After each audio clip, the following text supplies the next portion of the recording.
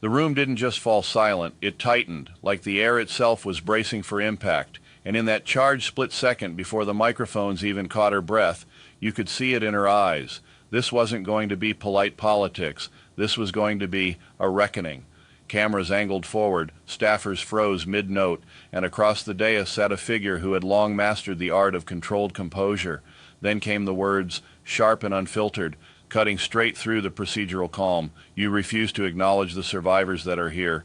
In that instant, the hearing stopped being a routine exchange and became a collision of narratives between institutional memory and lived trauma, between political calculation and moral urgency. At the center of it stood Jasmine Crockett, voice steady but burning with intensity, directing her frustration toward Pam Bondi, invoking the shadow of a scandal that refuses to fade, the case of Jeffrey Epstein. This wasn't just about past decisions. It was about presence, about recognition, about who gets to be seen in the halls of power and who gets reduced to footnotes in legal history. As the exchange unfolded, what made it so explosive wasn't just the accusation itself, it was the framing. Crockett didn't simply argue policy or legal nuance, she argued acknowledgement. That word carried weight.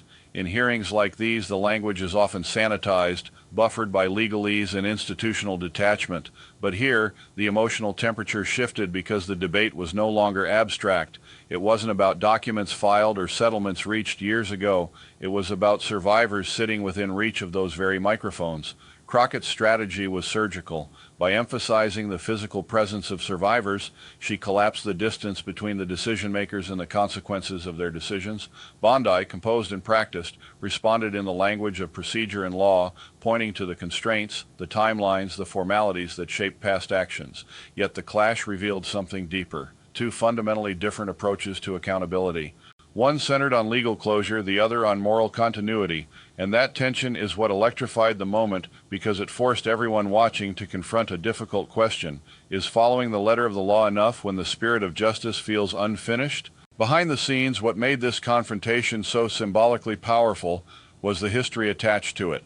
Bondi's tenure as Florida's Attorney General overlapped with public scrutiny surrounding Epstein's plea deal years earlier, a deal that many critics argue allowed him to avoid the full weight of federal prosecution at the time. While the specifics have been debated endlessly in media cycles and courtrooms, the political aftershocks continue to ripple outward.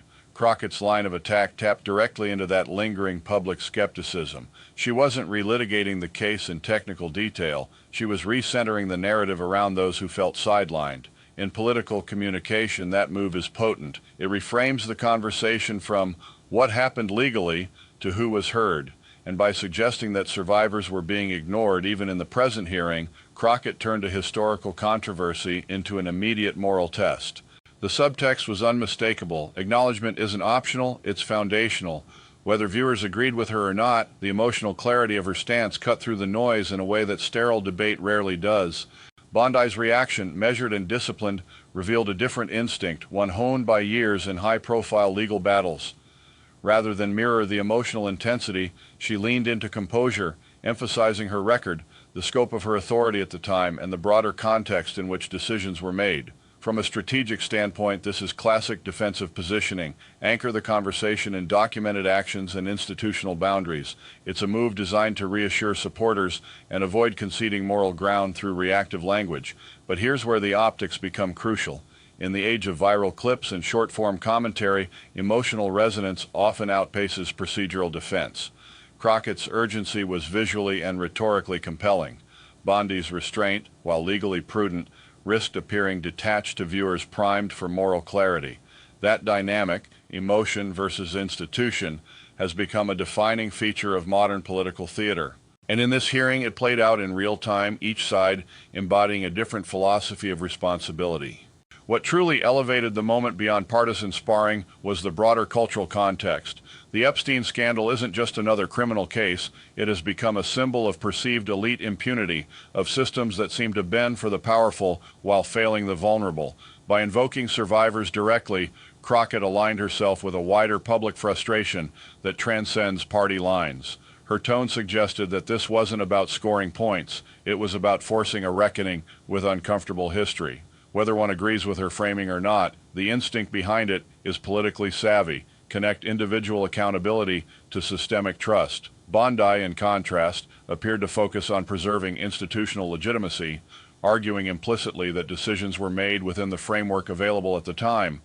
That clash between demanding moral clarity and defending procedural integrity captures a central dilemma in governance. Institutions operate within rules. Citizens often judge them by outcomes. When those outcomes feel unjust, no amount of procedural explanation fully satisfies the emotional ledger. As the hearing progressed, the unspoken stakes grew clearer. This wasn't merely about past events, it was about the future of public trust. Crockett's insistence on acknowledgement served as a warning. Ignoring survivors, even symbolically, reinforces a narrative that the system protects itself first.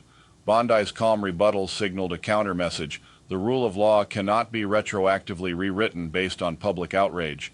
Both positions in isolation carry logic. Together they create friction. And friction in politics is where perception is forged. Viewers at home weren't just evaluating facts, they were reading body language, tone, and instinct. Who seemed empathetic? Who seemed evasive? Who appeared steadfast? In a media ecosystem where a single clip can define reputations, those subtleties matter. Crockett's intensity may galvanize those who feel the justice system has failed high-profile victims.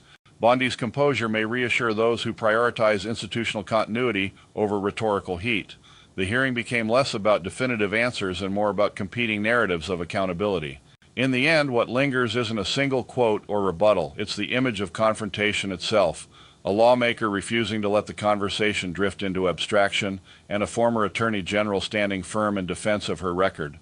Moments like this resonate because they crystallize a larger debate about power, responsibility, and memory. My personal view? A functioning democracy requires both emotional courage and procedural rigor, but when survivors are present, acknowledgement should never feel like an afterthought. Recognition doesn't prejudge guilt, it affirms humanity. If hearings are meant to illuminate truth, then they must also validate lived experience. Whether this exchange shifts policy or fades into the churn of the news cycle, it has already done something significant. It forced viewers to confront the human dimension behind institutional decisions, and that's where you come in. Do you believe acknowledgement is a prerequisite for justice, or is strict adherence to legal boundaries enough? Drop your thoughts below, because conversations like this don't end when the gavel falls. They continue wherever citizens are willing to question, to analyze, and to demand clarity from those who hold power.